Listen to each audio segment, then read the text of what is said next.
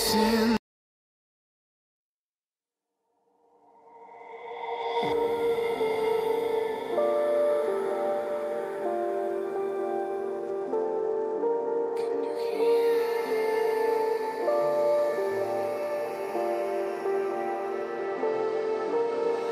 voices in my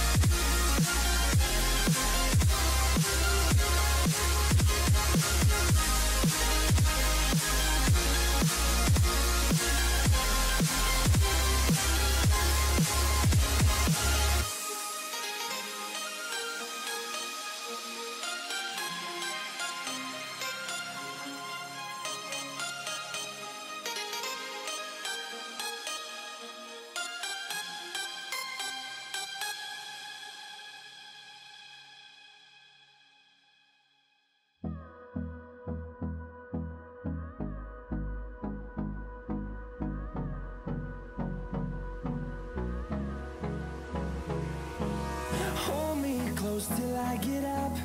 Time is barely on our side.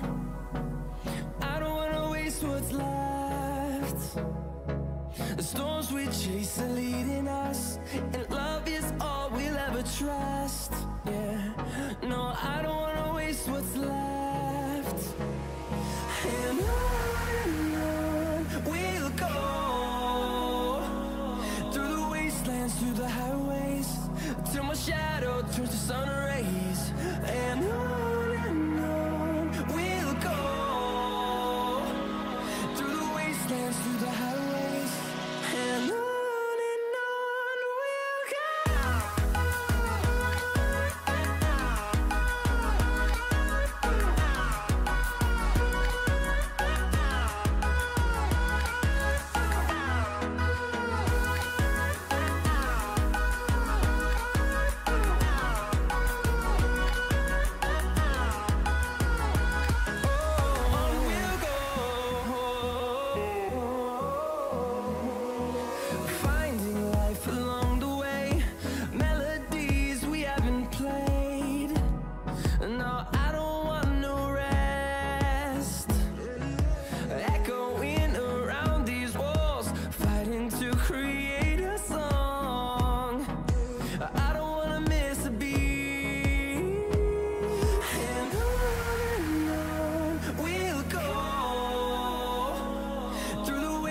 Through the highways, till my shadow turns to sun rays.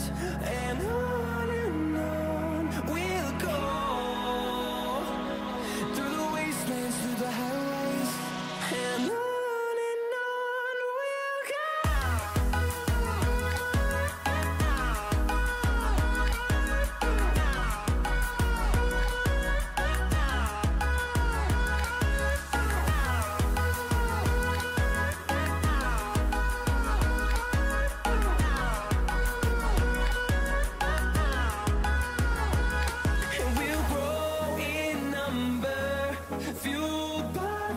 See the horizon, turn us to thousands, and we'll grow in number, fueled by them to see the horizon, turn us to thousands, and on we'll go,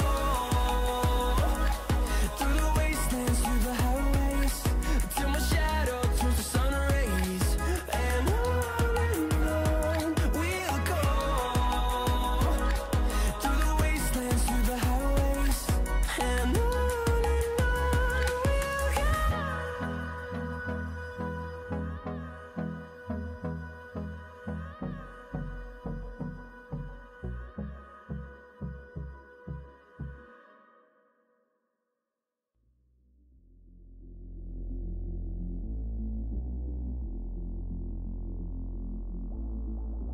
when the night is over, my life is over, 'cause I start thinking again about our time together. When the night is over, my life is over, 'cause I start thinking again about our time together.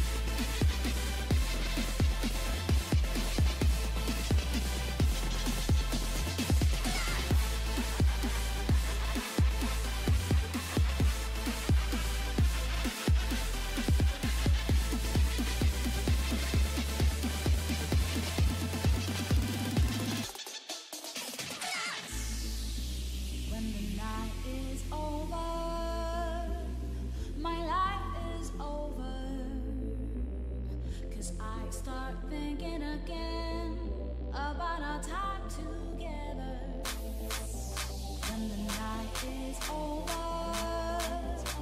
My life is over. 'Cause I start thinking again about our time together.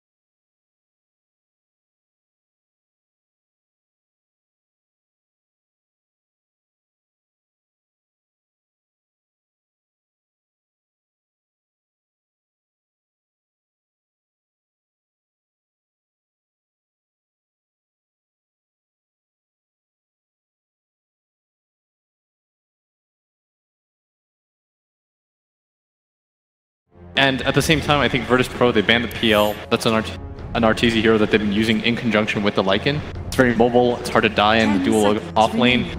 At the same time, if Virtus Pro want to go in the direction of picking something like Bat Rider, which is very nice against the Lycan, you have an option of getting rid of the natural counter, where the PL is very good in the laning phase against the Bat. So if it goes to form here, looking through EG's last few drafts, this is where they'll generally take their second support. They've favored Warlock, one of the few teams too, although Faith just played a really great game on the hero. You see a lot of Dazzle going back, and even a Coddle pick that worked extremely well against Na'Vi.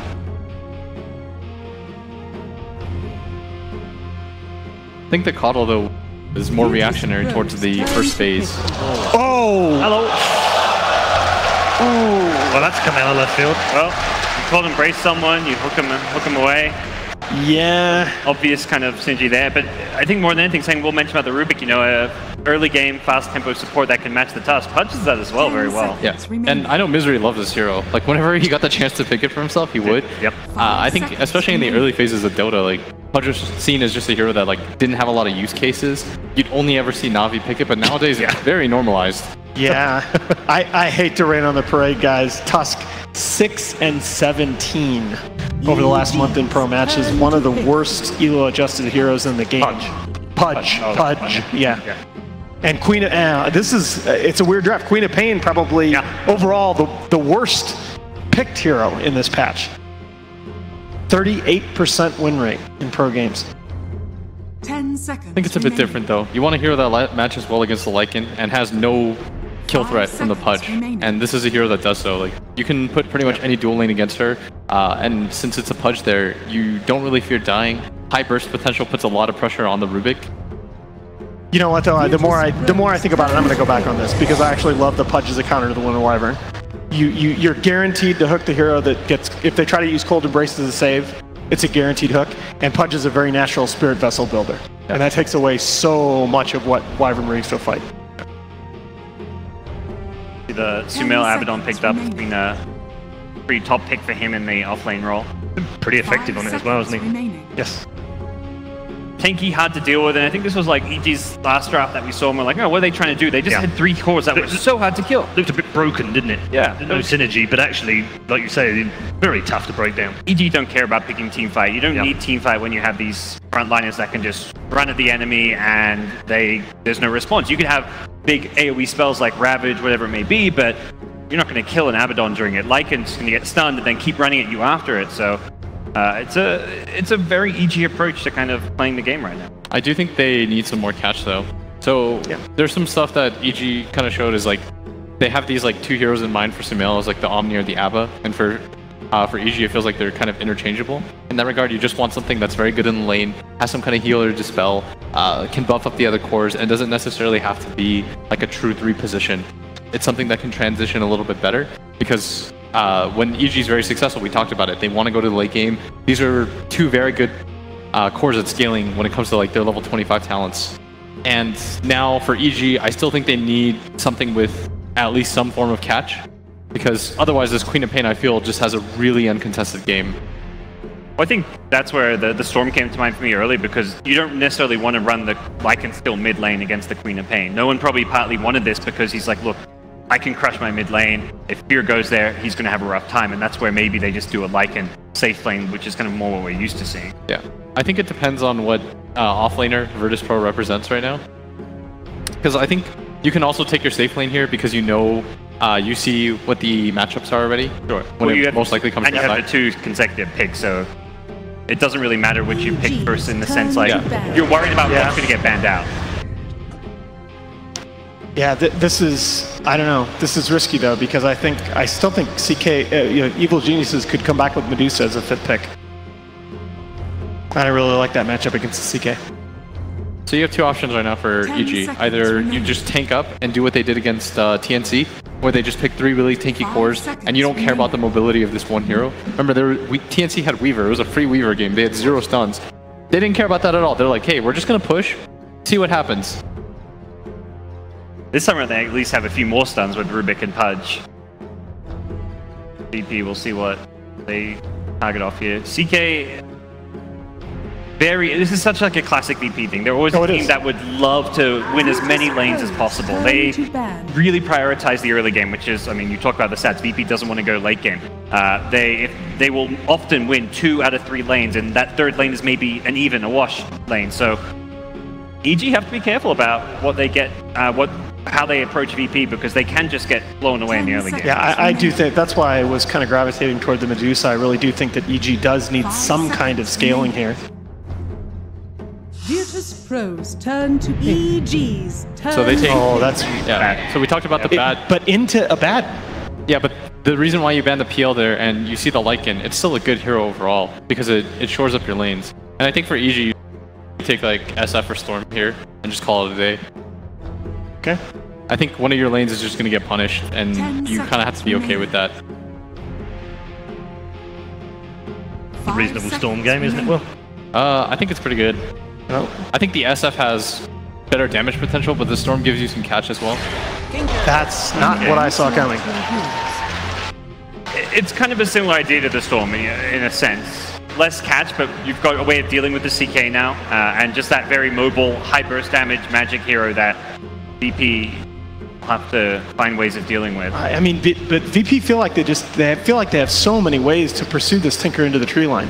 Yeah, with the ability of the Queen of Pain and the Batrider. I think it puts VP on a kind of timer though, because I don't know if you want to play against this late game lineup. When Abaddon hits level 25, when Tinker gets like 4 or 5 slotted, I think that EG probably just wins this game. And so VP, they understand that. They pick a catch hero, even if the Abaddon counters it. Like, they understand this type of game now. Okay, very quickly, in one word, where are you going? Oh man, I don't know. I'm gonna go with the stats and go EG. EG, okay. Virtus Pro. I'm also Virtus Pro. Okay, 2 for Virtus Pro, 1 for Evil Geniuses. That's the decision of the jury as far as we're concerned up here on the panel, but really what matters is it. Let's head you over to the commentary team for the first game between Evil Geniuses and Virtus Pro, and say a big welcome to Trent, Pax, and Cap. Thank you, Paul. EG versus VP. These two teams do have a storied history. Virtus Pro may not have the best record against Evil Geniuses lately, but they should still be the favorite for this matchup, right? They are, after all, one of the top 3 teams that we've been touting for this meta, one of the best teams of the year. They must be. Simply. Has to be that way. But? Is there a but? I don't know. It's just... it's been so There's never been a time it has to be this. If they don't manage to do it this time, I mean, this is just going to go down as like the biggest break it down of for all me. time. When was the last time Virtus Pro beat Evil Geniuses in a series? It's been years. You know, we're working like years away, falling back into around 2015 or so. They finally beat. I mean, that's a totally different roster we're even talking about there. So, I mean, if you're talking about current iterations, really, they've never even taken them down. Oof. Virtus Pro and EG certainly had a very lively lobby chat, we should say, pre-game. Firing a lot of shots back and forth. Teams definitely know each other very well. We're going to see that play out here in this best-of-3 series. Virtus Pro already settled up here. I don't know about you, but I'm definitely agreeing with the VP side. I feel like I like their drafts quite a bit more. Like the aggression of the Chaos Knight, the Queen of Pain.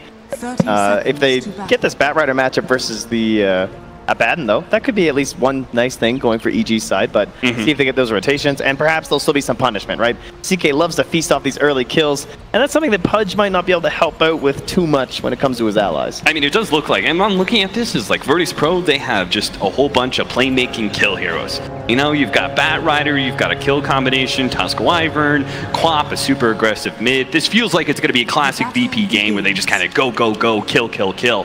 Evil Geniuses holding on to perhaps a bit of a late game advantage. They're going to be pretty reliant on this Tinker, and they may have to be sacrificing the Lycan Fear again and again and again, as we've seen so many times in their games. Good body blocks here from Crit in the mid lane, while Pasha goes for the pull at bottom. But it is a 1v1, so it's not going to make that big of a difference if you manage to get that critical offlane pull. Normally only matters a ton when you're in a 1v2 or 1v3 matchup. And once again, EG will send Arteezy to the Radiant offlane. This has been a very common strategy for them lately. Often They will, of course, get to do it with crit and get to do some ice shard blocks and whatnot. It makes it a little bit easier. Arteezy, much harder spot to start with right at the beginning, and he only has one support with him too, as Misery's just getting up there. So an aggro tri-lane with the Tinker. And we were talking about, we thought like, okay, they're going to do an aggro tri-lane with the last hero here. They're going to run into this Lycan for sure. Then they picked Tinker, and we sort of abandoned those plans, but apparently EG kept it up. I'm not entirely sure how this is going to play out for them. I would say I was surprised the last time they did this. It works out like pretty well. You know, of course the Tinker's going to get less levels. There's no question about that. Yeah. But he's got some great skills if you have the heroes to set up kills, right? You have a Rubik and a Pudge. If he hits a big hook, this guy's got the damage to finish off these heroes. And in these skirmishes, the miss percentage has to, like, just straight up being able to deny, like, a Chaos Knight from being able to do damage to people has got to be huge. So this tri-lane certainly can work for Evil Genius. It's going to be dependent on Arteezy not dying here. Already stunned up, gets off March of the Machines, pulled back by Ramsey. He's going to go for this kill. Lasered up, doesn't have the right clicks, and neither does Tusk. Arteezy's going to be able to get away, gets off the healing salve, and is out. Nobody dies here, but in mid, Fear managed to kill the Bat Rider. He died himself, sure, but he was the one who managed to pick up the first blood. Well, that means that at least we were talking about that matchup and finding that to be a little bit better for VP, so that's going to give Pasha a little bit of a better game despite going down there. See if he can accelerate into some mid-game action with an earlier Blink Dagger. Snowball rolling. Let's get as much damage onto Misery here as possible. They are bringing Arteezy over, and they're going to start slowing down Lil a little bit. Maybe VP have actually overextended themselves. Lil's definitely caught out, and he's going to end up dying here. Good hook from Misery. 2-1 to start. But you mentioned in terms of skirmishes with the blind as well, Ramsey's might start getting a little annoyed here by these lasers. Yeah. Tinker always known as that lane dominator, and this time when you're going to be backed up by two supports, it can actually work even like a little bit better. It might be harder to like force out some aggression on the Tinker and push him back. It's Tusk though, very scary. Level 2, but where has their success for Tusk always been? It's been that mid lane. You know, it's not as easy to play Tusk in these off lanes or safe lanes or anything. That ramp block really has been the key as to why the hero's been so successful early on. Bottom lane seems to be going very well for, well, they switched it up. Just say Sumail. He's actually 14-2 right now, so he is having a blast. On the top lane, they're actually going to go for it. Arteezy going to be snowballed up. They managed to get the stun down, a couple of right clicks. There goes the laser, so Ramsey's already backing off, letting his supports go for the kill once again. With a Splinter Blast, well played by Solo. They will manage to get the kill. Lil is still going to end up going down, though, to Misery. They may be losing their carry, but Misery is going to start to be a very big, beefy boy if they keep on trading kills like this and he keep getting that strength.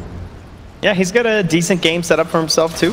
He's got the help of someone just like a CK stun maybe to set up into some hooks. The T-ball of the Cold Embrace has always been a pretty common counter that we see with the Pudge and the Winter Wyvern. So Misery, we heard Will talking about how much he loves this hero, always trying to go back to it. And we'll see if that veteran experience on Pudge will come into play here. 3-2. 1,000 gold lead. Another attempt on Arteezy's life here. This time around, the supports are not so close. 1 second stun. There goes the laser, but the Tusk as well as the Winter Wyvern are going to be able to combo up. The Tusk hides the Chaos Knight from some of the damage, and they manage to kill Arteezy. Arteezy is just playing so aggressive in this lane, and his supports weren't even around him. Yeah, things are starting to look a little bad up here. No way to get that lane control back. Again, plenty of times we see him in this off-lane role, but it's so often that they have some sort of creep control or just like overwhelming confidence in that lane that they're able to give a ton of space, a ton of gold over to Arteezy. Not finding that here this time, so that means we're going to have to start looking at like what are they getting in the other lanes. You know, you mentioned Sumail, but he is just an Abaddon. Yeah. I mean, how much can he really do? He's supposed to be an enabler to help out maybe like an early game push or something like that. He gets these drums going, and you could see that working with the Lycan, but it's not really going to help out Arteezy as much as maybe it's Ramsey's turn to fear death as Misery's just going to try and keep that rod on top of him, even if it costs him his life. The 3-man snowball, Ramsey actually far enough away. He tries to go for the hook, but it's blocked out by Solo. Misery trying to stay alive, does manage to get the kill on the Tusk. Solo will walk away, and Ramsey limps out of the lane as well. So Evil Genius's trade supports, but they maintain the lane dominance, which is important, forcing both of those heroes out of lane. Probably for a short time, as they are going to use that that shrine. Be back in not too long. And then, of course, someone who can actually pair up with Sumail, it will be Fear. He has been the driving force over the past couple days for EG. Definitely the big change, it's looked like, in how their games have been going. Been given a lot more aggressive heroes. He's running over games with Lycan rather than playing things a little bit maybe slower with the DP and the DK and being relegated to lower tiers of net worth. he has been destroying. So I was a little surprised to see the Lycan get through this time. See if we can do it once more. 2 seconds we're top done again, though. here. RTZ trying to keep his distance a little bit. Misery, attempted the hook, but good grab of the snowball. That is a beautiful save. Ramses just might make it out. It looks like EG are not able to get enough damage. A little bit of return fire on Lil as well, but this time it's VP who walk away.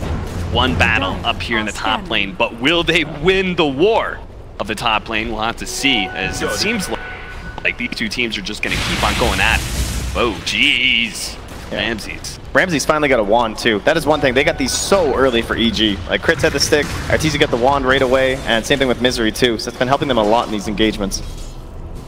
Sumail has a haste rune, so they actually have to be a little bit careful at top lane. They may see rotation from the Abaddon, especially with his level 6. He could definitely dive some towers.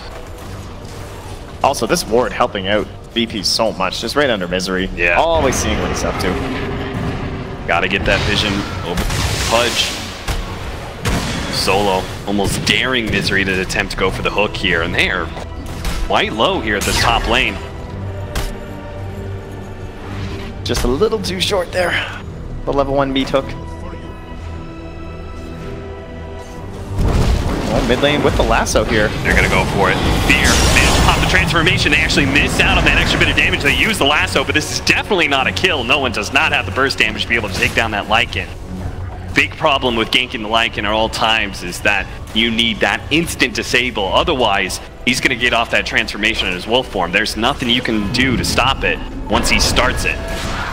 Ramses pulled back here, attempting to get Misery. Oh, whipped hook there for Misery. They needed that too because they've actually got Solo down in the bottom lane without a TP, so he's here trying to clear back the waves and they don't have the extra assistance in the top right now. So a couple missed opportunities here, it looks like, for both teams. They missed the lasso mid and then the hooks up top. And Ramses just continues to, as you say, dare them really. Standing so close to EG and killing these creeps. It really does seem like some sort of contest of manliness. Oh, they have that deep ward though, and Ramses didn't realize. That is perfect. They're going to be able to get that Pudge right behind Ramses. Only a 1 second stun, so Misery can keep pace. Gets the hook this time. No escape for Ramses. Lil still going to try to fight though. He's got no one here. Big Bad Beautiful with a Sonic Wave. He's going to be able to hit 2 with that and still pursue for the kill onto RTZ. Chris going to be able to make a successful TP out though, losing their carry in the Tinker. Big loss though for Evil Geniuses. And there's a moment where you're very happy no one didn't try something desperate with that Sonic Wave in the mid when it looked like they might have got the Lycan with the lasso, but it kind of seemed like it wasn't going to happen. So saving it for that. Those rotations so important on heroes like Queen of Pain or Puck, where you can find some big double, triple kill or something like that rotating through. No one, or excuse me, Misery, hoping to be able to force no one into a blink that he could use the hook on, but a little bit too far away. Just only having that level 2 hook not going to be good enough. And considering how long Sumail's just hanging out down bottom, not a lot of pressure on this tower. Solo's doing a great job pushing this away, even with just a single point into the Splinter Blast. And the smoke up here from the Evil Geniuses and a wrap into the mid lane. They are determined to keep this Chaos Knight down for good reason too. They've already got the Helmet Dominator on the Fear. Now they are going to be able to pop the switch, but good attempt there by Ramses. But you're no Phantom Lancer. Can't pull those shenanigans with the illusions. Oh, what a hook! Did he have the ensnare? Looks like it was off cooldown. Yeah, still just sitting there. Not able to get it off. Sumail's done with Solo pushing. Oh, there's the ensnare now. Now if they can actually get Misery with a hook. Trying to get in front. And it's going to telekinesis. That's going to be enough damage. Pasha's here. Looking for the flame break. Knocks him up a little bit. Does have enough sticky napalm that he can actually run down Fear here, and his supports can't seem to stop it. Fear actually juking around a little bit, but it looks like there's just no escape here. Meantime, looks like Misery did end up dying. Lil. It's actually getting a little bit ridiculous, honestly. Fear, every single game, he gets that helm, he gets the troll, or he gets the centaur, and he just goes and creates havoc. He gets so many kills. It seems like so many of these Lycans, when a hero's been popular, it's just so much more focused on the buildings. It's just not his job in this team. It hasn't been for a while, but the more kills he gets, the more he's enabling RTZ, giving him that space, trying to get into those boots of travel. Sumail still kind of remains that little bit of a question mark, I suppose, as he's just kind of mulling his way over to drop. Oh, Misery. Nice hook there on Ramses. Don't think they can capitalize on that one, though. It's hype for the crowd, though. You know, and soon we're going to have the dismember for the Pudge, so he really can't make kills off of those kind of hook shots. Yeah, it's Crit who's gotten 6 first here. Dire's middle tower is under attack. Set up here at the bottom lane. They're really going to go for Sumail. It looks like it's Fear who might get the jump top though with that Invis rune. Invisible. A pack of invisibility here. Sumail still holding on to his ultimate there. That's important to note. Right now, the Queen of Pain is trying to force him to pop it. It looks like the Tut's going to go for the kill now. And there goes Sumail. Popping that ult should be fine. Over the top lane, though. Pasha attempting the blink hit. Almost into the telekinesis first. Into the hook shot. They're going to be able to get the lasso onto him. Pull him back out of that lasso. But Misery will still die. Fear is going to be able to chase down these supports. Oh, nice use of the Cold Embrace there. It's going to be able to keep Soul alive. Bat Rider may not be so lucky. Neither is Ramses. Tinker takes him down with pure damage and still looking for those extra kills. Ice Shards helps to be able to protect Pasha. He gets the blink away. Lil probably still going to die. Gets a snowball to get a little bit of distance here. Another Ice Shards up in 2 seconds time. Can he close out this gap? Can he keep himself alive here? Snare? Oh, good try. But they can still reach over that igloo and grab the Tusk. Man, Vision has just been so unbelievably important in this top lane. Again, there was another ward there that spotted where the Bat Rider was coming from, so he was able to precast the lift there and make sure that wasn't Arteezy that was least focused. Giving EG a chance to actually bounce back in that engagement, and now they will get that pressure on the tower they expect from the early game Lycan. And there's really not much of a trade happening across the map here. Misery's down bottom to grab the wave, shoved in by no one. Now, is it just me, Trent? I thought it was going to be VP kind of taking the pace of this game, but it seems like EG are the first ones to smoke up, go for one of these coordinated ganks into an objective. Yeah, I would say Fear is looking more like the tempo controlling force than you would say no one is, I guess. You know, he hasn't been that successful. He's had that big TP rotation. Perhaps we were expecting a little bit more out of him when you look at the overall composition of the VP lineup. So I would say if there is any sort of a burden left on this squad, it probably falls on his shoulders. Tempted setup here from the 2 supports of Evil Geniuses. Stolen Chaos Bolt as well if they do grab him. Quite a bit of control sitting here for EG. And look at a VP are looking at it and they're like, that's just an easy pudge kill. One juicy Probably tower. Take that tower off of it too. Let's go ahead and push this wave. Well, now the Tinker's showing himself and that push becomes a whole lot harder. Good attempt at the hook there, but misses. And again, now another Pasha. ward sees this. Oh, he's gonna be able to blink in. He's popping the telekinesis, he's certainly dead. There goes the telekinesis, there goes the 3-second stun to dismember. Setting up no one for a big hit though, and the snowball comes in. Misery ends up going down. Sumail popping, but no real damage going on to him. He's going to be at half HP when this is done. He needs protection, that's why he needs the help of Crit as well, but he's going to be lasted up. Pull back, Pasha. Managed to get the kill. No, he hit by a March of the Machines. A little goblin takes his life. Ramses at the top lane goes down. He's trying to go for the rearm. Tinker out, but it's not going to happen. No one was bottom lane. Trent, just as you call it, no one needs to pick up this game VP. He does so in the bottom lane. Beautiful. The burden is lifted. Team is welcome. Excellent work by no one. And again, they're fighting into this Vision. You know, spotting Pasha coming in, they're just so important with that ward placed down by EG. Oh, there's a big kill if he has enough damage, but it's just not enough. Pudge Dota. So close. Almost there in time. Oh, they're coming right back down here. There's no rest for the Wick. Saying, yeah, they put that sentry down. They're like, yeah. Good call by Solo. Don't get hooked. There's smoke bot by Evil Geniuses. Fear's been quiet for a little bit here. Radiant's bottom tower is under attack. It's like, all right, guys, I've moved around enough. I need my farming. Evil Geniuses always seem to be able to split that very well. Duration with Misery, I don't feel like divided one way or another. Maybe one word would be say to give a lot of space to Sumail as we're seeing in this abandoned game. He's just kind of been farming this whole time. Radiant's bottom tower and kind of the, well, you could say more typical build these days. Drums right into the Radiance. Sure, VP won't be too shocked by that one. And does that fit our general pace of the game? Yeah, you could say so. Heading late, they're going to have the Tinker, but also on the side of VP heading late, they have the CK. I don't think it's very one-sided one way or the other. It's pretty much going to come down to, I would say, the Wyvern has the biggest chance to get those impacts. And by virtue of that, that also gets passed over to Crit because he's going to be working with the Steel as well. So those big team fight ultimates, essentially what we look for. Out of the battle of attrition between Tinker and the lane shove. Yeah, I like this. It's like Chaos Knight Knight, Quap, they don't want to really go on the that here. And if he has Radiance, he actually starts becoming a threat. Misery missing another hook here. Ice Shards attempt to block out, but they can't really challenge him anyway, as he's got too many allies behind him, currently taking that mid tap. Maybe it's Arteezy who's going to be caught. Solo just straight up freezes him.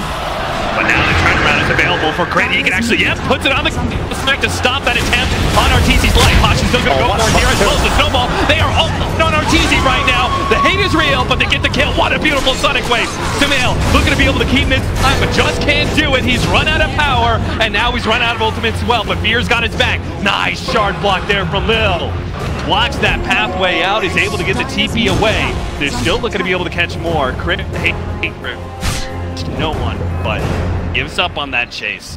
Yeah, very nice prioritization there from BP. No march laid down by the Tinker meant that even after he'd gone down, there's no residual damage coming through or anything that maybe could help turn the fight for EG. And they were bad. You know, they saw him mid. He was just kind of pushing the wave, both him and the Lycan, and that's what gave the go call over to the side of VP. Just hop on in there, and perhaps Sumail also rethinking things, saying, you know, we could play a bit faster. Oh, there we go. He's had his share, but certainly some critical hits. The Misery Pudge gets another one. This time Pasha is the one to feel his wrath.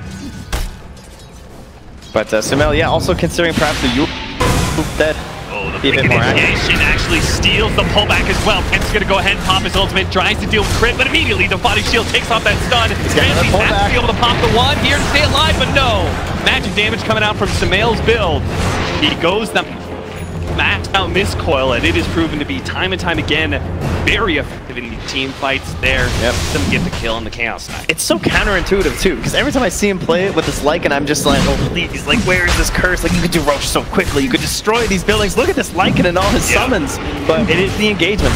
It turns it around. Oh, Solo, you're not sneaking into the pit so easily. He still managed to get off the Winter's Curse. Okay.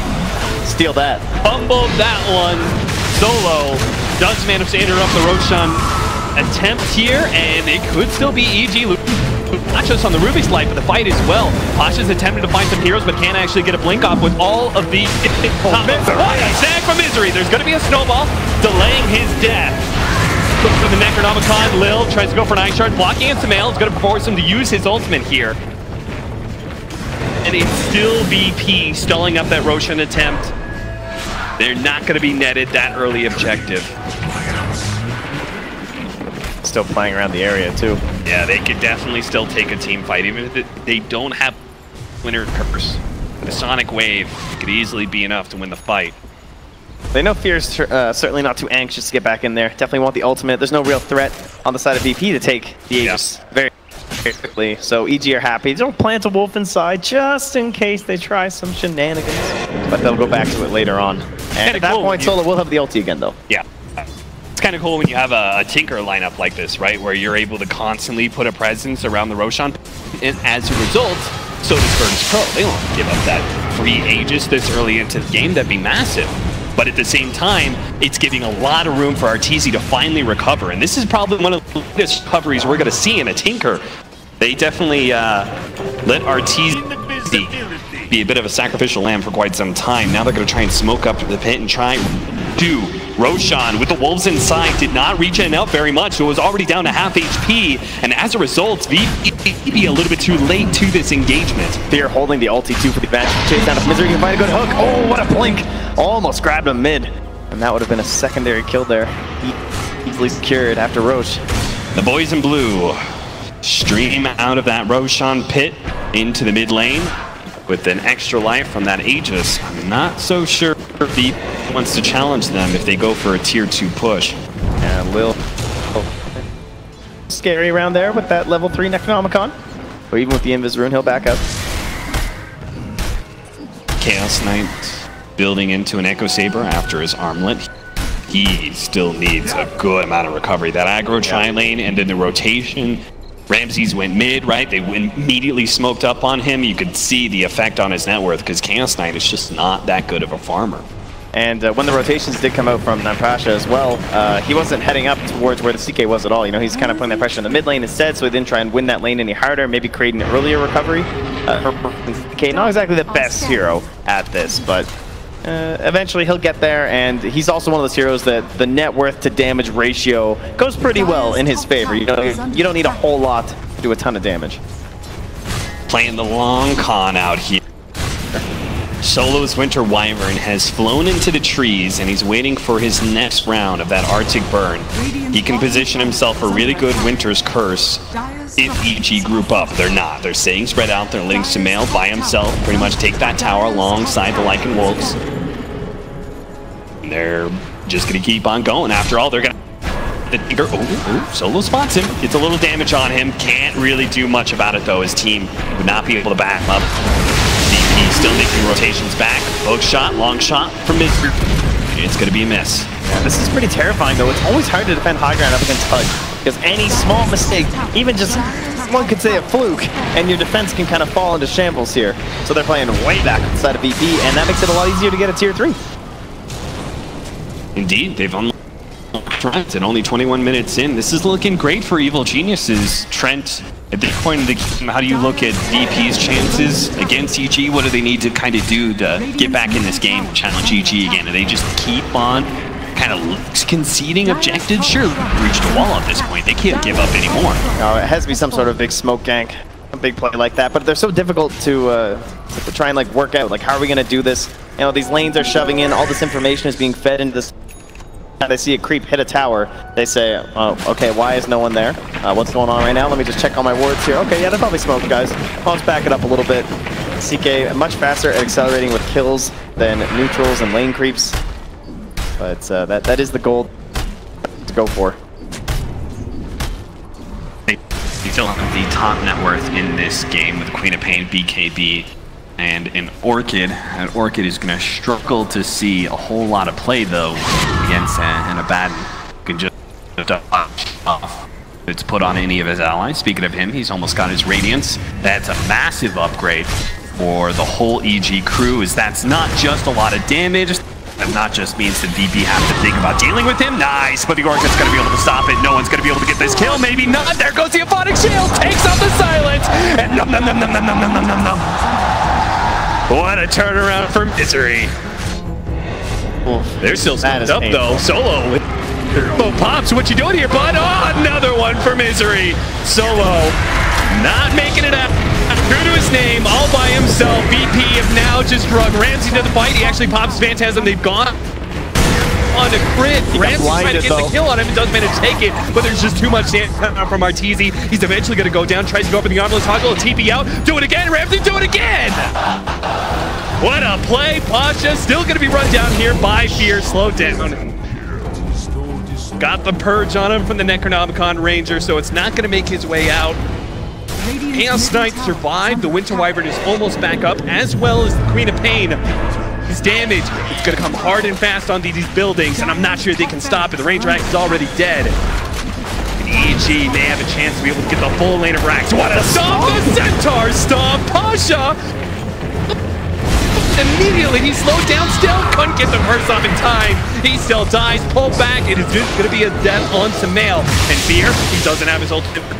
That didn't have a ton. 4 seconds stun. And a Winter's Curse too. Sure, overkill, but the big bad Fear. It's worth all the abilities you can toss at him. That guy's a legend. They had to bring him down. Okay. And even up to 21 to 21. And that was only a melee Rax. Essentially, you're being paid 2,000 gold for it. That's not too bad in the current state that they're in. Quite a bit of it went to the CK, about 790, 884 to the Queen of Pain.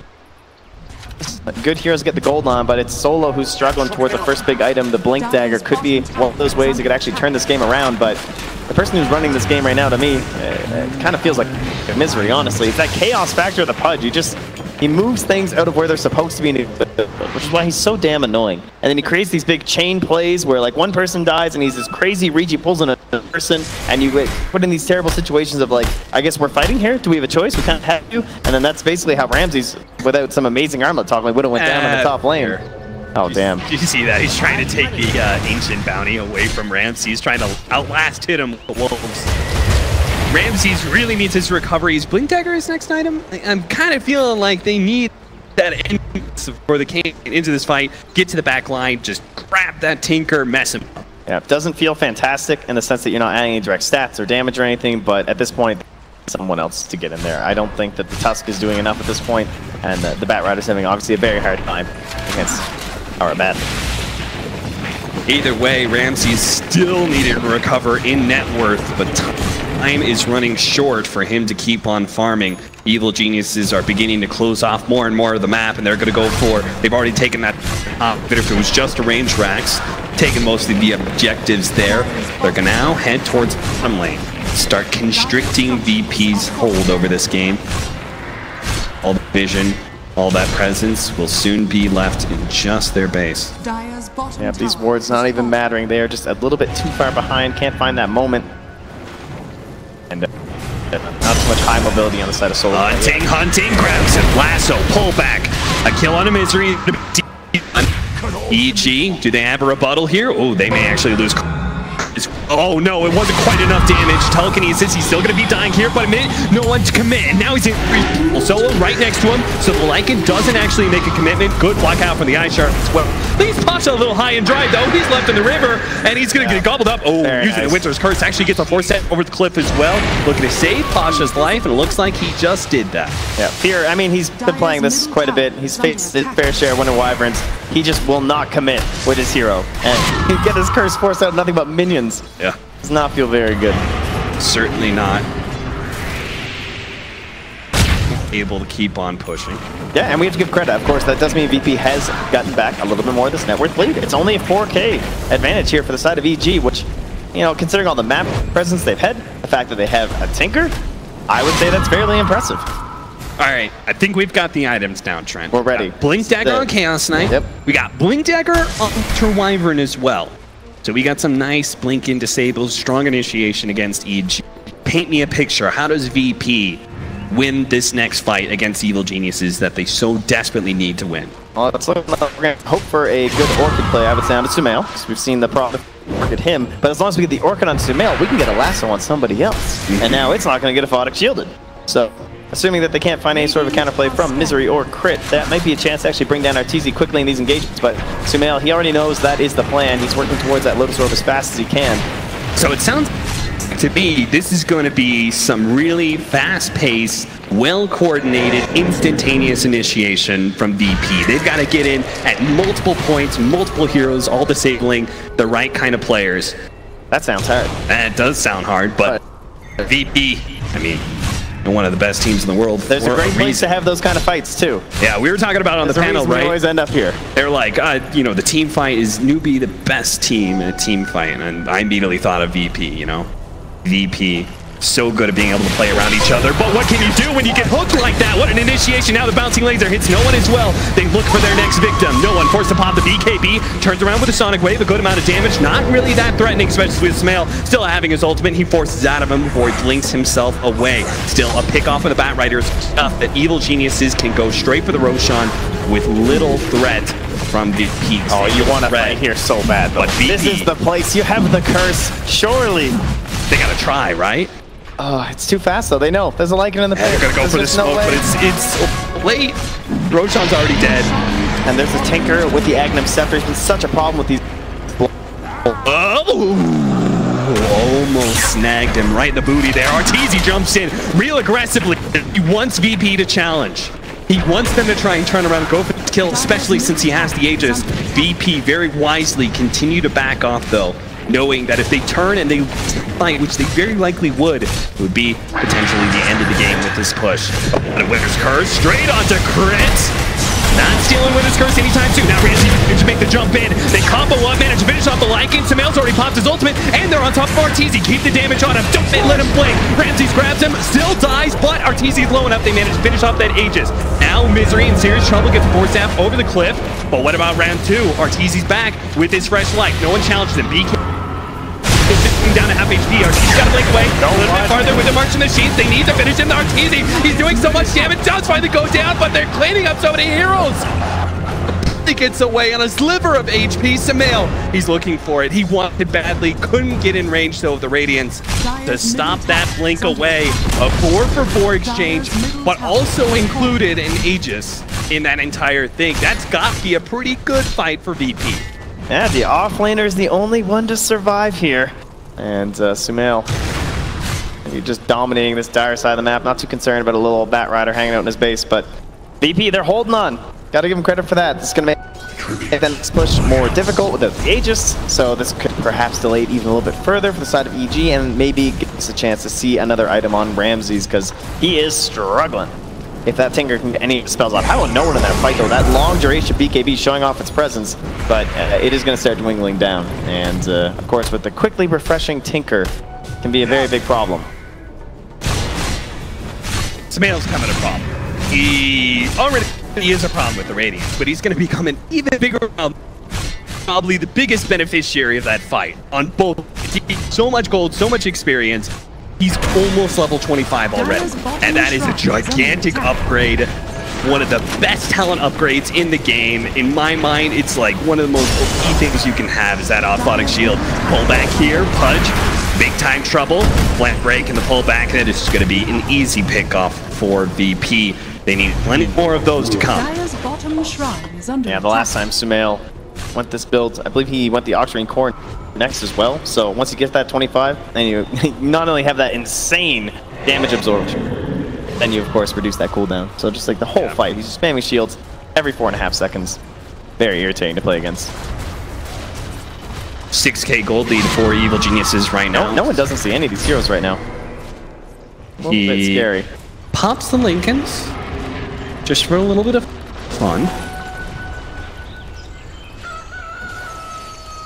Have an opening initiation without a blink dagger on the Rubik. Fresh BKB for Fear's Lycan. That is going to be hard to beat. They got to get a really good Winner's Curse to beat him, or they got to get the superior initiation, because this Lycan, another big baddie. Yep. I think EG, they might start to look towards one of those solutions where you have to double wave push if you can, and then you just put Fear on one lane, and you send the rest of the team somewhere else, because the team fight is overwhelmingly looking pretty good for VP lately. You know, despite the fact that they're down so much, they have these heroes with these giant ultimates, and they kind of all want to play in this big blob. But if they can actually spread it out a little bit with the Tinker and the Lycan, could open up some opportunities for the side of EG. That melee racks up there, man. It's so tempting. No towers nearby. Fear just needs a moment. Oh, I see a line there. Sumail wants to smoke over that way. Try and do the old smoke in the enemy base when you've taken a lane. That tier 3 gone, you could just sneak right in. But though, they're going to play around RTZs, march the machine, constantly pushing in bottom lane, take this final tier 2. Virtus Pro, not going to let it go so easily though. Scouting out with the Icicle, the Ice Shard, Frozen Sigil. You know what I mean. I liked Icicle. Thought that was pretty good. Thank you. Yeah, we'll go with that. Pasha looking for the back line. He's going to go for Fear, man. He goes off, and they manage to get the Winter's Curse. Is it a good one, though? It looks kind of bad, because they're trying to go on Fear. They flame break him out of the Winter's Curse, but it's a little bit too late. He's popped the BKB, only at half HP, and now he can turn and fight the Queen of Pain. He's going to try and go for this one. Crit. He's going to grab somebody. He brings him solo with, oh, there's a jump in from Arteezy. He's some of these juicy heroes. He sees Ramsey slow, goes for the kill. The rocket's not quite enough. They need a little bit more, but it looks like get away, and they've overextended themselves now. Crit goes into his misery, looks for the hook shot. No one looking at the same time. Sidesteps the hook smoothly.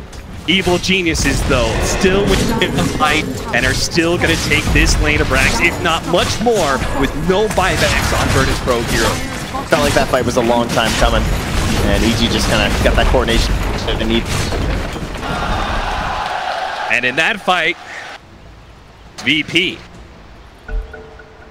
who bungled their team fight and their initiation, and as a result, will end up losing to Evil Geniuses in this first game. Trent, EG looked real good out there. Is the curse going to continue for VP? That Lycan, I don't know. That's the curse thing. You know, this guy, he shapes when the moon comes out. I can't stand to see this thing anymore on the side of EG. I'm done with it. Like, they're so good. They just take so much control on the game. It's like they're not even playing any other styles right now. They are just playing Fear Lycan, get a bunch of kills. We'll just do something with the other heroes, and we're just going to win the game off of that early advantage. Evil Geniuses versus VP. EG up 1 game in this best of 3. Trent? Lycan ban, surely, right? Next I don't know. So? Obviously, you know, they're not dumb. It turns out these guys actually know stuff about Dota. They do understand it's highly likely he was going to take that Lycan. And they tried it. And I tried to counter. Same thing about Navi. They could. and it didn't work. But then Navi didn't ban it again, so surely this time. VP learns from mistakes. Okay. Surely. All right, well, we're going to go to the panel, see what they think about the Lyca and the rest of this game number 1. Yes, indeed. Thank you very much, Captain. We'll come back, of course, to our commentary team for game number 2. The longer that game went on, the more you felt EG would take it. At least that was the feeling amongst the panel. And they were pretty much right. Well, some of them were right. Some of us didn't think it would go long. Some were right, Alan. I will admit, I was a little shaken. I thought that VP draft was very strong and very well suited. But I think at the end of the day, this sort of new strat that EG is running, whether putting Artur in these aggressive duel or tri lanes, sacrifice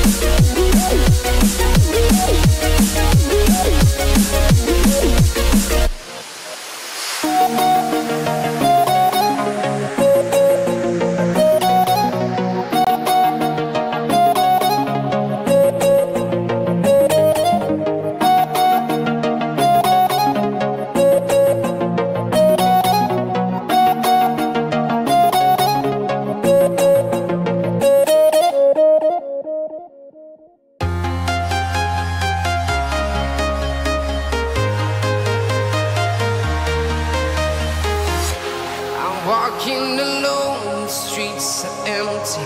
The only thing I can see is my own silhouette.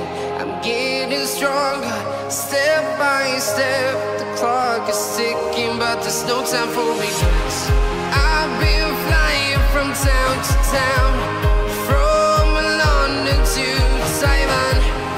I've been all around the globe, trying to protect your soul. We are heroes tonight. We will fly above the sky.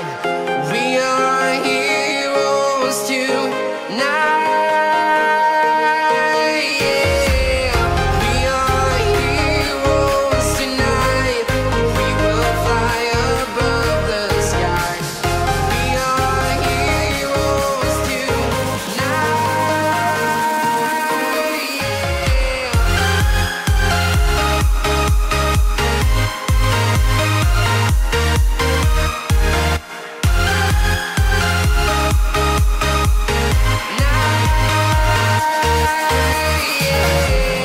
Feel like a dynamite.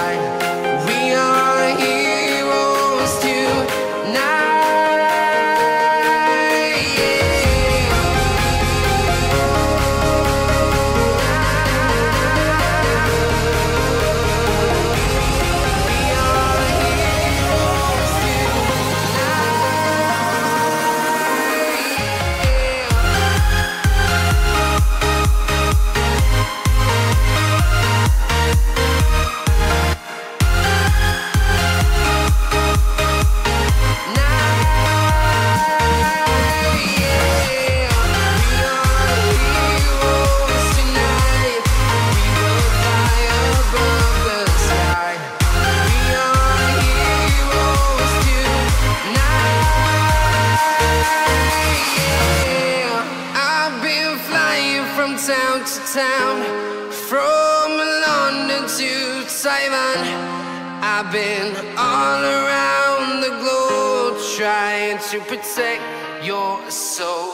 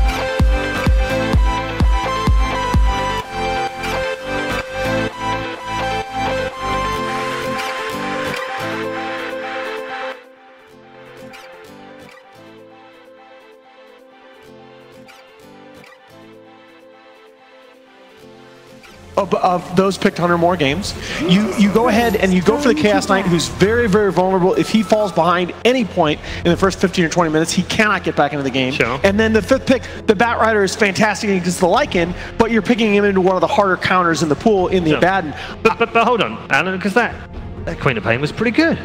Exactly, but Queen of Pain's not. Queen of Pain can't carry the game by herself if for no other reason than she can't hit towers. 5 seconds. Right?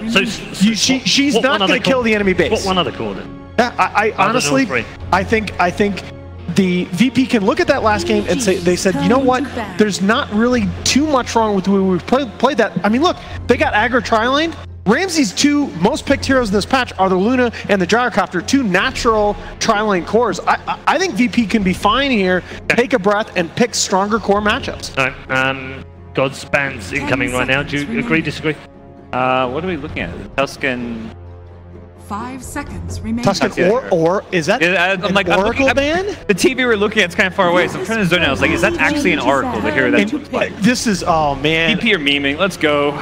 I was hoping, well, the VP are memeing a little bit. That Brood ban is not a meme, by the way, by EG. Absolutely. But the Oracle Husker bans, they're throwaway bans. I don't know. VP, we've seen in the past, like as much as... Relax. It is Oracle, by the way. Yeah. So bans in a sense, like, you know, if you leave whatever heroes are left in the pool, you know, both teams have equal access to a certain extent. So theoretically, you could ban no heroes and your opponent's ban 3, and you're still in a perfectly fine position to pick heroes that work. But these bans are very much pure throwaways. Virtus Pros. You go right back to the Lycan, as you have to believe they would. Why would they go anywhere else? Virtus Pros turn to wow, here we go, early game, boys. Turn to pick. Here we go. So VP is mad. They're like, okay, you know what? We're gonna run in him. Yeah. This is Let's go back to CIS Dota. Yeah.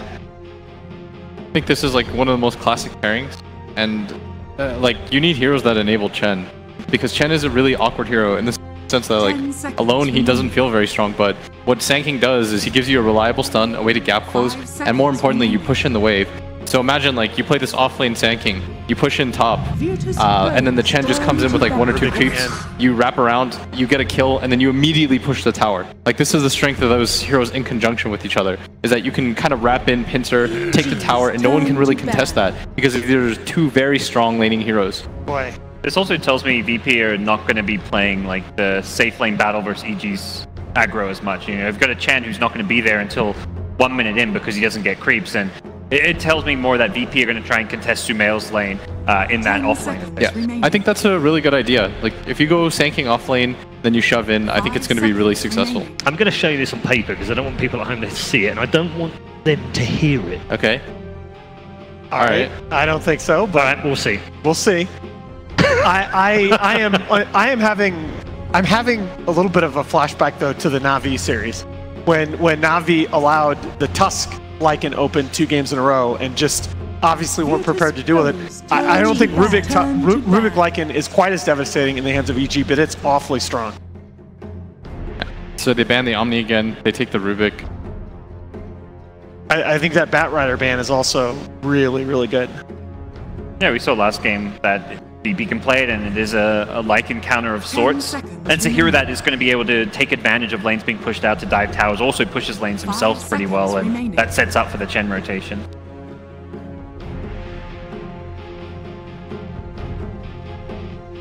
So what do you guys think VP goes here in the last 3? You think we're just going to see an all-out run at you push lineup with like a Luna or Gyro? I don't think you get Gyro against the Lycan, but Luna I think is actually much better against Lycan than Gyro. How is Luna these days? It's okay. Huge amount of it, do we? Not like a fantastic hero because the lane can get pressured as well, and you've got a Chen who's obviously a synergy with the kind of pushing power that comes with the 2 heroes, but that's not a hero that's going to secure your lane. Yeah, we have 2 standout heroes left, PL and TB, both heroes that we haven't seen EG get too often. Especially the PL, that's kind of been the bread and butter for them when they do pick this Lycan kind of strategy. I think drafting Go, especially in this phase, is so interesting because oftentimes, like, I think Dota fans, we give a lot of credit, right? We think to ourselves like, oh, of course they know that the Lycan is coming, they'll have this like crazy plan for it, but sometimes the enemy team is just like too good at executing stuff, and it puts a lot of the pressure on you because you're no longer drafting in the same way. Like Evil Geniuses, everything that VP are doing is in response to what they know about EG, whereas for EG it's a little bit more free-flowing, and as a result, like, they get to get the kind of drafts that they're used to playing. So if EG know that Virtus.pro want to run at them end this fast, Juice is something they might look at? EG, that is? Virtus.pro. Leaves you a bit exposed. You want to start easy on something more mobile with just... I don't know, it's a bit more... I'm just thinking late game again is just, I think, almost impossible to kill, isn't it? So VP spending a lot of time here. I'm wondering if they're thinking about taking the PL away from EG. Yeah. They are not a PL team themselves. I believe only 1-0 on no one. But okay, the Witch Doctor struggled a lot in this tournament. What is it now? It was 1-11. Yeah, I want to say it's like 2-11 now. But and the EG come back. Oh man, that's a really sick pick. Bounty's always been very good against Chen, just being able to track his movements around the map. More so in the past when it was very much exclusively about, you know, getting that first creep as soon as possible and start roaming around the map, smoke ganking a lot. But Bounty very much a go-to counter. Yeah. You see Bola there as well, leading a majority of that talking. Like, I've worked with Bola twice. There's PL. And what he does well is he does these drafts so well because he understands, like, okay, what he does when it comes to preparing a team is he'll say, all right, if we do this variation of things, these are the next 5 most likely outcomes. Here's what I have in mind for every single one of those. Yeah. Like, this guy will take a minimum of 4 or 5 hours to prepare the night before. Then he'll talk to your players to make sure that they understand the strategy and say, okay, you're most likely going to play this because when we pick the Lycan, they'll anticipate that. This is how they'll counter it. Here's where we go from there. Now, Sam drafts like it's poker. Yeah, he's not just playing, he's not playing the last action of his opponent on the hand. He's playing, here are the 5 different things the opponent can do, and I know what I'm going to do in each case. Yeah, that's the crazy thing. As much as like EG have prepared for this draft and this counter draft, think of how many drafts they probably prepared or theory crafted that didn't involve Lycan. I'm sure they imagined Lycan was going to be banned against them and have countless scenarios for that. So, and that's the scary thing about EG. We talk about them really starting to find their form, but you know, every team, there are only so many hours you have to prepare. So every team comes into a tournament with a finite number of ideas. But when you're able to get this far in the tournament, really only having to show your Lycan lineups, gone back to a lot left on the table. To male. I think there's still a bit of flexibility here. Most likely to male puck. I think that this leaves open the question of what's going to be mid and what's going to be offline. Important they got wave clear with that pick. They really lacked any ability to deep push, to also just to push out waves themselves, and something that has escaped. You know, these lane pushes on VP's side are trying to set up these kind of collapses on towers where they're going to come in from behind, and here like Puck actually has the ability to clear out waves and also get out of there without dying. Yeah, so this verifies, by the way, that it is the Sand King Chen combo. Like when you see this, it's very unlikely that this is 4-position Sand King, just because you want the Sand King to push in the wave pressure and get going as soon as possible. And so that's what they take a hero that can shove out the wave very safely, and even if he gets stunned, won't die to that immediate combo. Like maybe you lose the tower, but the hope is that you can just keep orbing out the wave. That is an important bet. Wow. Haven't seen it from RTZ. I think VP are just like, this here would be really annoying. That one's probably not so much a throwaway ban. I don't know. It could have come out. You think? Very annoying to play against, but yeah. I mean, believe me, believe me, as someone who wishes Arc Warden were deleted from the game, I understand, but I think that's a little memey too. We haven't seen a huge amount of cheese at this tournament so far. In fact, I don't really think any. I mean, unless you count Caps cheese, it's clock SF, but I disagree. The main cheesy picks have been the Broods. Yeah, a few of them, but hasn't been like a game design. But Broods getting banned out. Take SF. Yeah, it's a nice TA ban, and I think SF's reasonable. Does that, if you ban the TA there, do you take SF, or do you allow? Is it because you allow the one-on-one for Puck?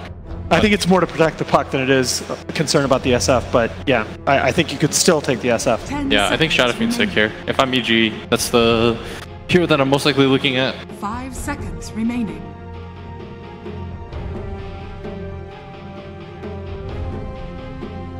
Virtus Pros. Oh, they take Gyro. They take Gyro themselves. Okay, with the Lycan on board for themselves.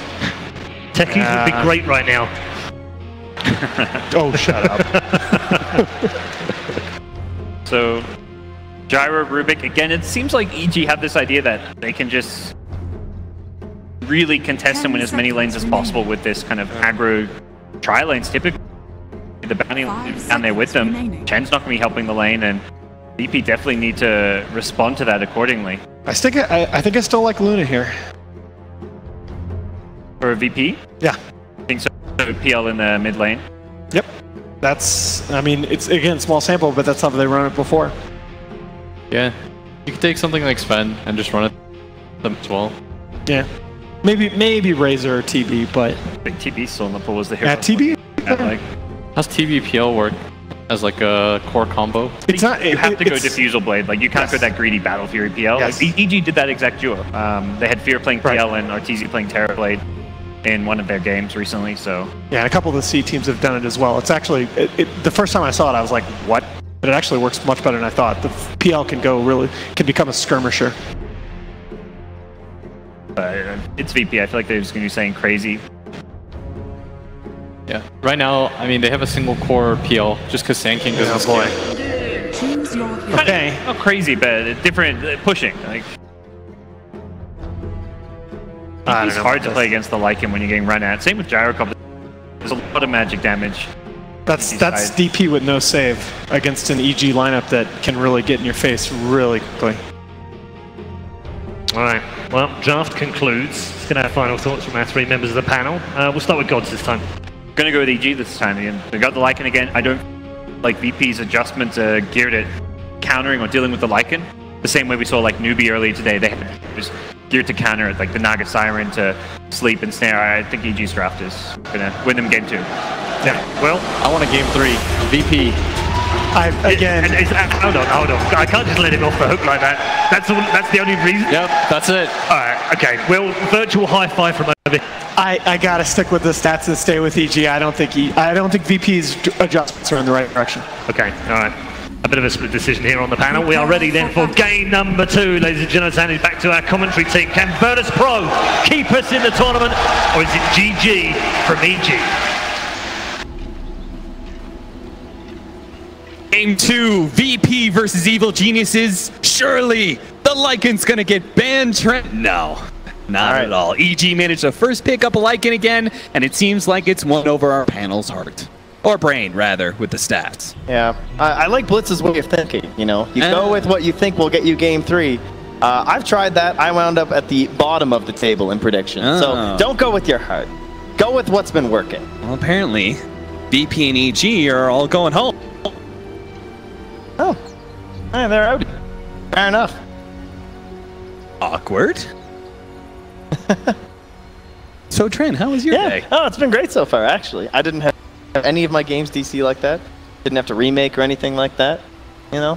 I gotta give you props. You said Arc Warden to me in the draft for Evil Genius's last pick. You were set on it. I said against PL, you're out of your mind. Sure enough, VP banned the Arc Warden. So unfortunately, we didn't get to see your prediction, but it was at least on VP's mind. Instead, they managed to pick up the gyrocopter, so we were kind of memeing, of course, that it's going to be VP who pick up the gyrocopter against a Lycan again. Yes, we're repeating the history mistakes. When do they not learn? Yes, Arteezy now complaining that his Oracle got banned in the first phase. How about that, though? Those, I don't know what was that. Those throwaway bans. That's what they were. Yeah, That idea of just like, we're going to leave all the heroes out there, you know, we're going to give you your Lycan. That's a statement from VP saying, go ahead. This time, we'll figure it out. Do you think the trade-off was worth Sand King, they got Chen. I would say, I want to call it worth it. If it wasn't for these past like 4 Lycan games by Fear, I'd call it worth it. Yeah. But at this point, I find that hard to do. All will be told now in our game as we are in. Everyone's ready to go. Can keep themselves alive here. They fought that one. No one. A little bit quicker on the fingers there. EG still managed to pick up 3 different bounty runes. Just imagine if Misery had saved that one too. That's GG. Demoralizing start for EG in game 2. You know how quickly they tilt. Yeah, and Misery already starting the anti-Chen gets the board there, spotting the Chen movements, blocking a camp. And he's going to TP bot.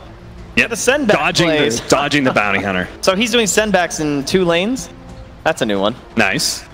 All right, fair enough. Win all the lanes. He's Chen. Most of the time we've been seeing the Chen, he goes to the off lane, he sends back like 3 different creeps. And a little bit of a change up on that style from our Chen here. He's also going to be able to get away from the bounty hunter, who Misery was very likely wanting to shadow him in the start of the game. Block some of those camps if possible. Instead, he's going to try and help out the lane. So Lycan is going up against a Death Prophet. Surely this can be a good lane for the Lycan. I know he can survive through so many harassable lanes, but this one's got to be a doozy. Yeah, I think he had the same one the other day, if I'm not mistaken, too. Sumail, he's got Healing Salve, has to heal up a little bit more. There's going to be a Lance as well. Lil's going to go for it. No, he gives up on Sumail. A little bit too much HP, but they took away a lot of his regen. So and look at that stat from Lil too, right? The null right at the beginning. For a ton of harass from that Witch Doctor. One of the better supports to do it on too. There's such a great attack animation. It feels so good. Yeah, that's quite the interesting. I guess with the Chen, you can buy pretty much everything. You can play the hard 5 to start out the game, and get boots if you get extra stats for a Witch Doctor. And in this dual lane too, like if you can force out a phase shift or something just from your pure right clicks, that's going to give the Lance over and then at least some chance for aggression. But, boots don't really mean anything if Puck can just man fight, right? It's got a little bit better stats, but toss back crit will ensure he picks up the bounty rune, not letting Pasha get that opportunity. He's going up against a Rubik and a Gyrocopter. Sand King should be able to get a decent amount of farm in this lane. He's actually got really good CS right now, 9-0. And that will likely just increase as the levels start coming over solo. Of course, get more creeps to help out. Maybe something a little bit better than just a Centaur chilling nearby. And Fear has made his to 3 though. Staying there in the mid lane. That's the big moment, right? 2 points in the Feral Impulse. You feel fantastic. Nothing can kill you. But a DP is a worthy adversary. So we might have to see Fear ducking into that jungle relatively soon, but Misery's always there to possibly go soak up a little bit mid and just help himself get to 6 as early as possible. Underneath the sentry, tried to help out Sumail. It's a tough lane. Damn. He's kind of given up on trying to help out mid.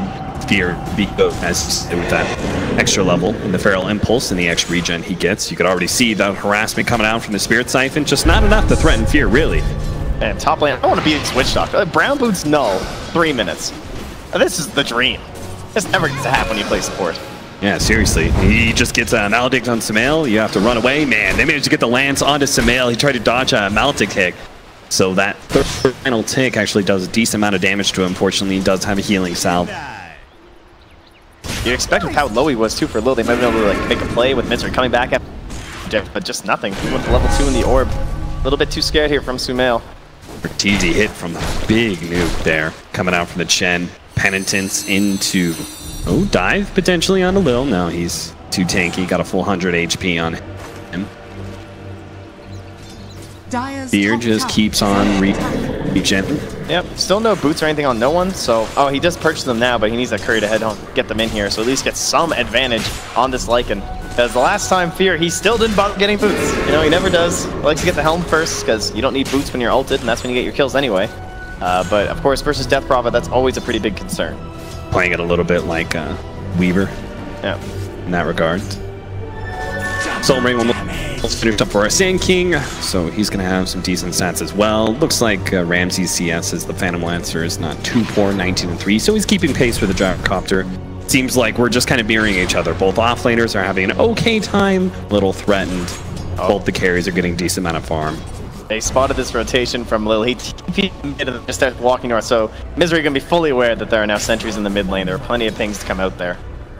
Radiant he does spot Solo, and Solo spots him.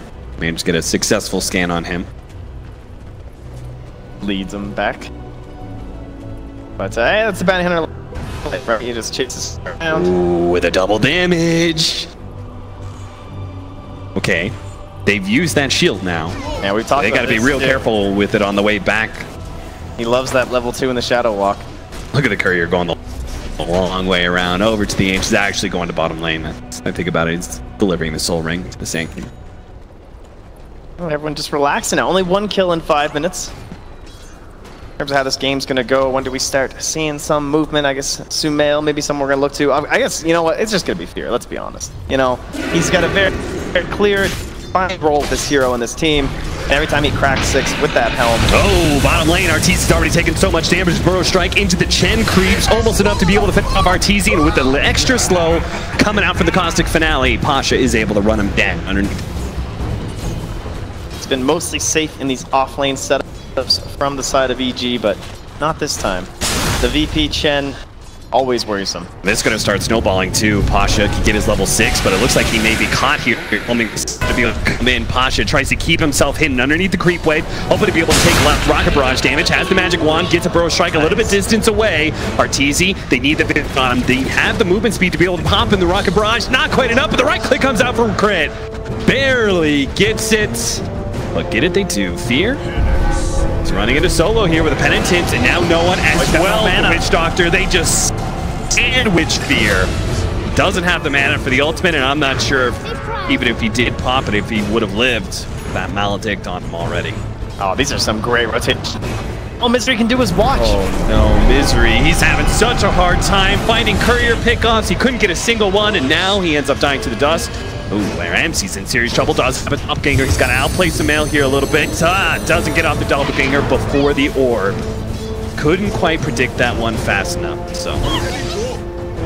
Not a very easy game for Misery here. You know, you're dealing with 3 cores that really you can't harass all too much. Sure, it's great. You chase this Chen around. That works if the guy like jungles or something, but that's so old, you know, that's not really what happens anymore. He's going to lanes, he's making plays, and if you're actually in an engagement, the bounty hunter doesn't do nearly as much as if he's just like soaking some experience away from him. They're back, coming right back in. Cut him off. Chain stun perfectly. Man, this is some great Chen play so far. Yeah, absolutely. Sand King makes it easy for you, right? It's such a strong pairing between those two. Pasha's got the epicenter. I'm not sure if they can really keep the gyrocopter against this lane. Don't think they want him to die again here. Solo's going to spot out Fear. Steal some experience. This is nice. Even better if they can actually sneak Pasha over here. That first epicenter, wouldn't this be something? That would be a fantastic play. They got to get the chain stuns off of the Centaurs. They're going to lead with a Burrow Strike. Stun 1. Stun 2 coming out for the Centaur. Here comes the epicenter. It's going to be more than enough damage. Great combination from VP. Just beautifully executed. Solo's just doing everything. And gets a kill. Plants a ward. Hey, that's another kill. Easy peasy. And that's Misery's life. This is, you know, his counter on the other side. This is what happens. Okay, Sumail may not have the damage to be able to finish this one off. The coil just doesn't really do anything for him. He pops the haste ruining force rotations, but they do get the free send back on the Death Prophet, so he will return very shortly. How about Ramses this game, though? Still the third core. That was kind of his life last game as well. Didn't get the best start, but he's down bottom now. Maybe get a little bit more breathing room here. Try and get some better last hits going. I was about to say, if they can keep him down, they've got plenty of AoE to kind of continue that trend, right? With the gyrocopter and the puck, this kind of magic, AoE magic damage. Not today. All Centaurs in a line. Sentry's going to spot him here. Now let's be very careful. But they've got Sumail. Sumail that angle has to get his orb away. He's already got the Maledict on him, but he's got a big wand, so he's going to be okay. Dire's top tower is under attack. Misery. 5 seconds till his invis. Radiant's bottom tower is under Dust is attack. about to wear out as well. VP has to give up on this attempt. Sumail's going to be able to decent coil. Here comes Fear. He's going to be able to run him down. He's got the Helmet Dominator. Great for the Centaur, slowing him down pretty well, but it's still going to be these 2 supports going down. Good attempt, but in the end, Chen and his full army, as well as his ally Witch Doctor, end up falling to the rotation from Fear.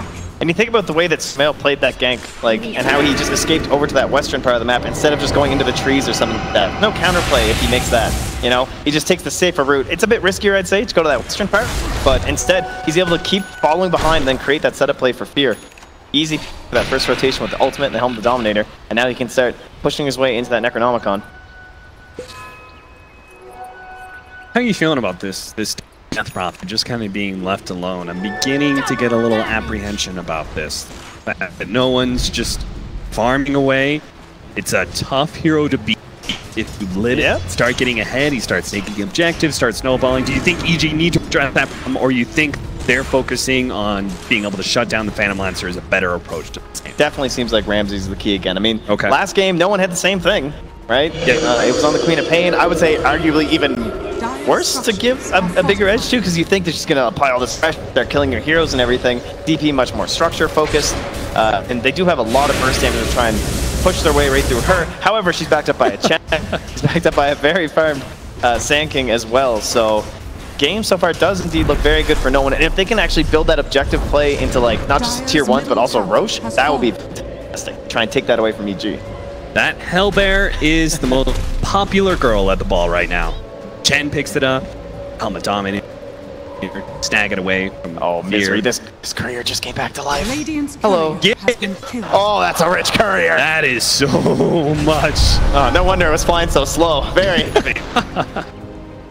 Weighed down by all the loot that Virtus Pro had on it. He is able to get away safely, That's the Void Stone. That's the Yules. Going to be quite delayed because that recipe's done for no one.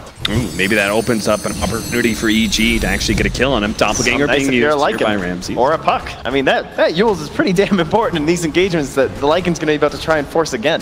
Yeah, it really is. Misery is going to show himself here on Lil. His invis was fading, so they're actually going to try and go for the kill with a coil. They're going to slow him down, easily taking that one. And you can feel free to use these ultimates if they're track kills after all. Yep. This is what EG are going to be looking for. This is kind of why I like the idea of the Arc Ward, just like this other hero that can kind of pair up with the Bounty Hunter and everything, but RTZ rather than, you know, of course... Oh, Misery. He picks up the Bounty Rune to get his Arcane Boots, but it leaves Sumail with an empty bottle. That's a hard life, you know. Yeah. So supports need some help sometimes, too. You know, speaking of RTZ, it's a little unfortunate. He's on a hero that actually won't building a Battle Fury. Little awkward, you know. I'm sure he's not enjoying that too much. Had to actually build a Mask of Madness. Can you believe it? I'm sure he's very upset right You now. had me very perplexed for a moment there. I was like, because I didn't hear who you were talking about. I was like, wait, who's he talking about? Gyrocopter? All right, they're going in. They want to put on something. Oh, hey, oh no. my God, with the TP. Oh no! What an unfortunate timing for that smoke. Yep, that ward right in the mid lane saw it happen. Damn, that timing on the TP, that is some next levels from Misery right there. That really was. All right, well, sick aggression. Hey guys, I wonder where they're going to maybe try and use that next exorcism. Do you think bottom lane? Maybe. Can we set up in time? They have that ward still from earlier on. What do you think EG does in this response? Like, do you think they just dodge? Yeah, I think you dodge. I mean, is anyone ready to go? I don't think so. There's not even an ulti here for our TZ, so we're pretty much just our puck blink dagger as initiation, but we don't have Necronomicon, we don't really have the big damage item for the gyrocopter, help them stat up a bit. Deer does get mid out of it too, which is quite nice. Yeah, they're actually getting a great exchange here, potentially 2 towers for 1, which I'm not that good at math, Grant. And he can give you some lessons when you get back. Dire's bottom tower is under attack. Yeah, they're gonna keep going. Radiant I mean, after all, why not? It's Chen, Death Prophet. Yep. They're gonna be able to try and take tier 2, but they're giving up Roshan if they go for tier 2 here, it looks like, because EG already inside the pit. Yeah, that's a nice grab. Top tower is under attack. Give them a little bit of a presence if they want to try and pressure into that Radiant. I'm surprised they don't keep going, right? With the Chen creeps, just to force people back. Yeah, you want to feel that. Yeah, well, you see now. They throw the scan in. Uh-oh. And so does the Dire. They are far too away to challenge that one. So, Evil Genius took. If only they'd stayed bot. Yeah. They actually had a really large amount of time to put damage on that tier 3, almost down to half HP off just the Chen neutrals. Yeah, well, Arteezy's certainly looking to be active in these fights. He's got a puck, he's got Fear, who's been rampaging across the map in every one of these games, so he's going right from the mask into the SNY. Who would you take on a trade-off? Do you prefer being on Evil Genius's side and taking a Roshan and 2 tier 1s, or do you like the tier 2 bounty and taking all the way? I don't think Aegis is that fantastic this game for the EG side. You know, maybe if it was like some super sick Aegis hero, I'd feel really good about it. I don't know if Gyro necessarily fits that bill. Yeah, and Gyro. It all depends on my PL status too. All I care about right now is Ramses. If I'm playing VP's team, it's like, can you get this Diffusal Blade? And then I feel like we're gonna be really strong. Yeah, he gets his Diffusal Blade, significant amount of damage. You start statting up a little bit, maybe even get a heart. Next thing you know, that magic damage is only tickling those illusions. Hard to find the real one smoke up here from VP. Not in time, though. And they're just making this rotation up top. Probably hoping to take this tower, I would say, without the X. No, it's a tier 1. See a lot of EG heroes down bot. One good thing for EG is that although they've lost both those towers in the bottom lane, I don't see a really big threat from VP into just like taking that tier 3. You know, if there's a Lycan on VP, you're scared. But the heroes on VP, it's going to be pretty telegraphed if they actually have a real threat at your barracks and Misery, please. Dude, this maybe next time cosplay has gone too far. Oh, he revealed. Oh no, he reveals himself just as the courier ends up going in. Picks up the Diffusal Blade. It's really telling the differences in style here. The Evil Geniuses, despite reading all of VP's rotations here, they've read every single one of them, haven't really been caught by a smoke yet. They are still losing all of their towers. G is making good trade-offs at the same time. Look at them. Who's going to be forced back, Trent? They're playing a game of push chicken right now. That's a lot of ghosts.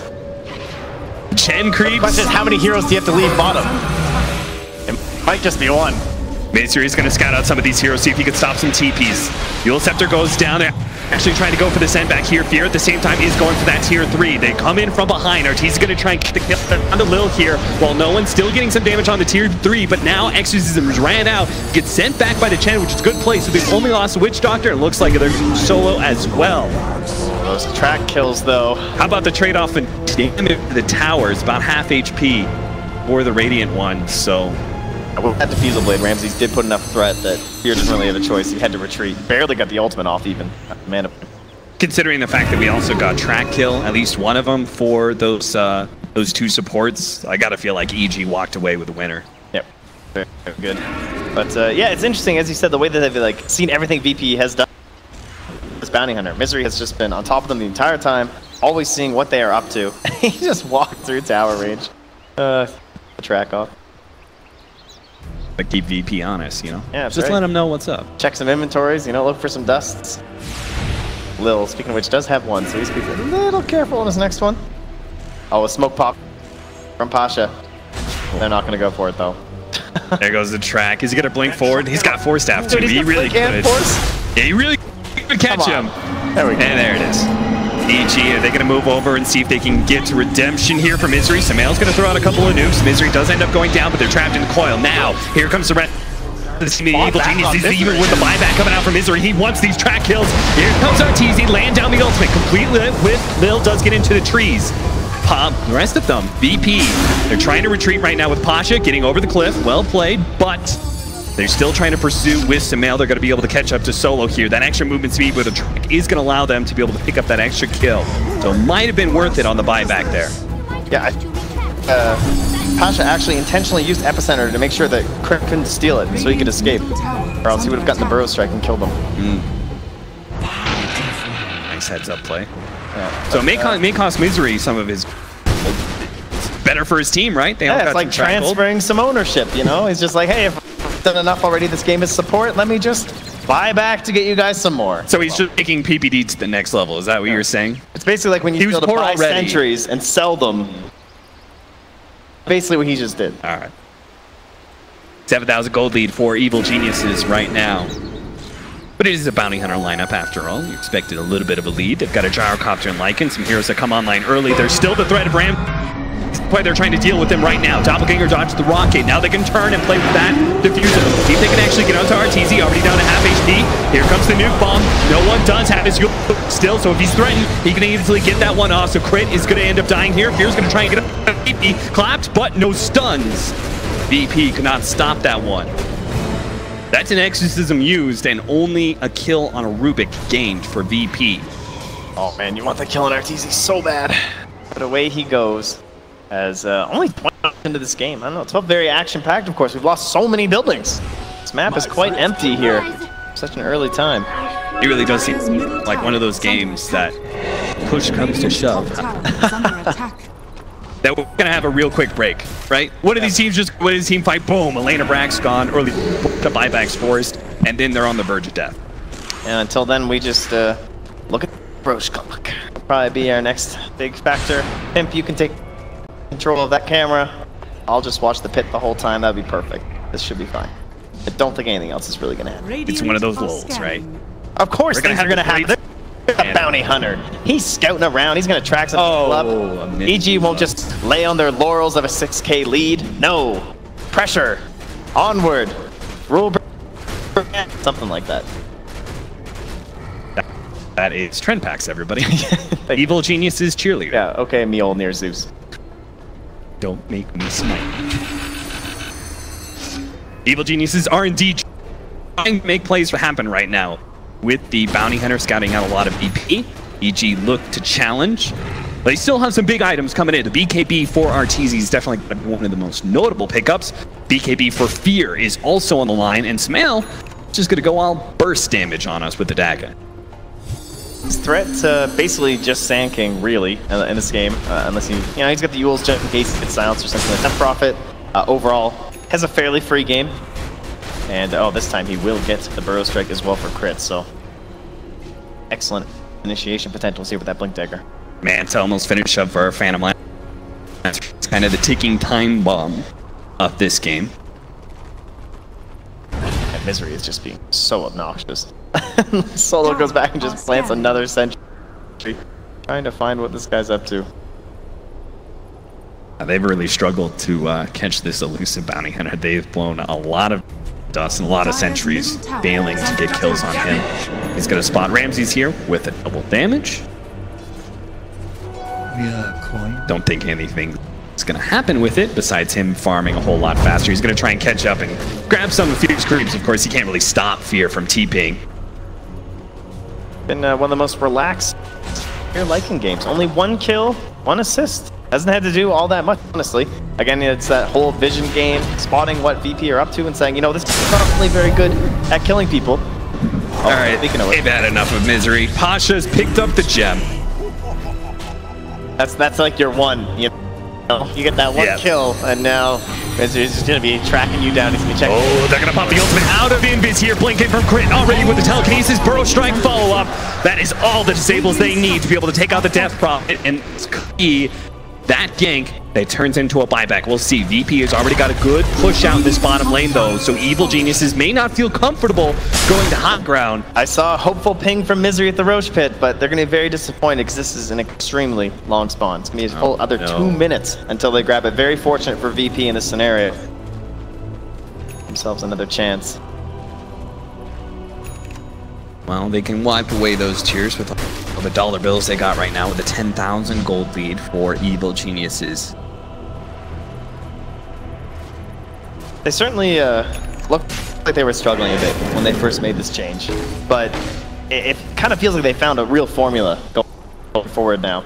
This whole idea of fear, being aggressive, making those plays, and it's creating all this space for RTZ. Everyone was kind of worried, like, how would he adjust or something to these heroes that are going to be like less farmed and have to make these plays or anything, but that's not the setup they have at all. It's just more so about actually giving Sumail a very good start, because the mid lane tends to be kind of a poor one. You get focused, you have to rely on neutrals or something, whereas if you're playing on these off lanes or perhaps solo safe lane kind of a situation, just get all of your gold from laning, from last hits, denies, you know, that thing Sumail was kind of the best at. Yeah. So he is fitting in extremely well here.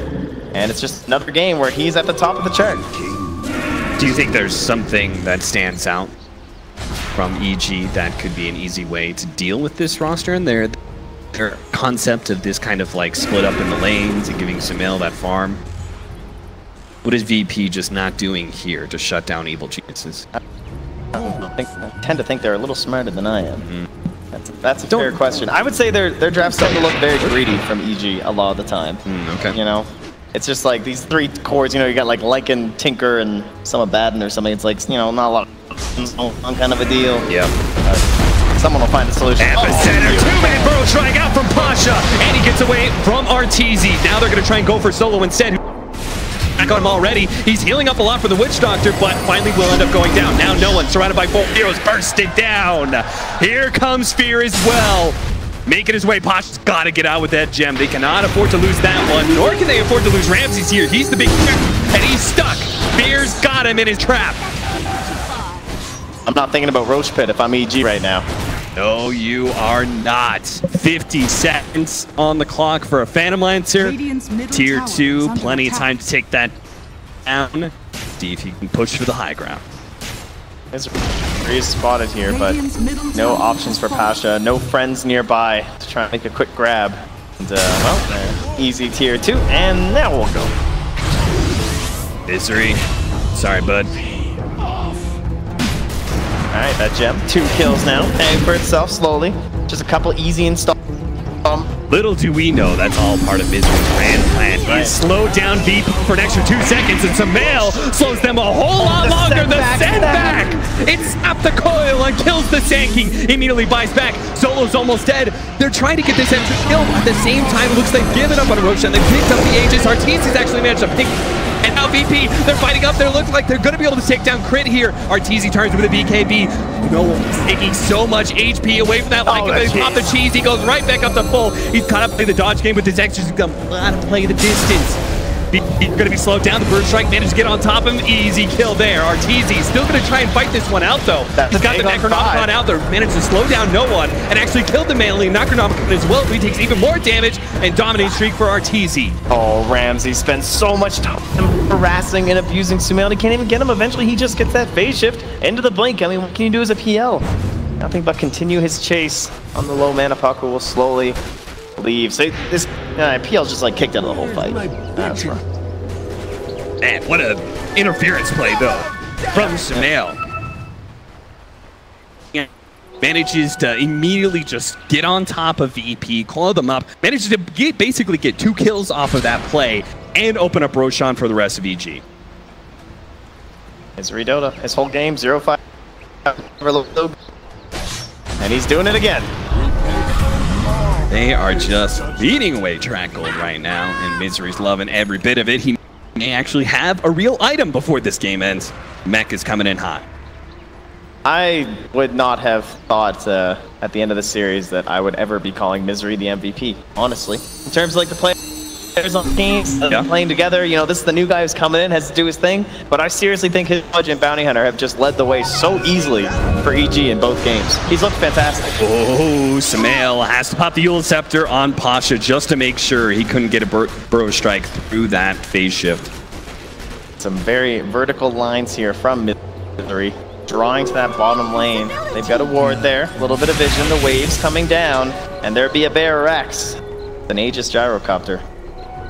Smoke up, Sumail, Fear, and Crit are still going to linger in this mid lane, see if anyone dares to push it out, and it looks like they may have just found their trap. No one. He pushed a little bit too far, gets a bit of damage on him, but they don't want to try and go for that kill. Instead, they're going to force VP to rotate down to bottom lane because this push is coming fast.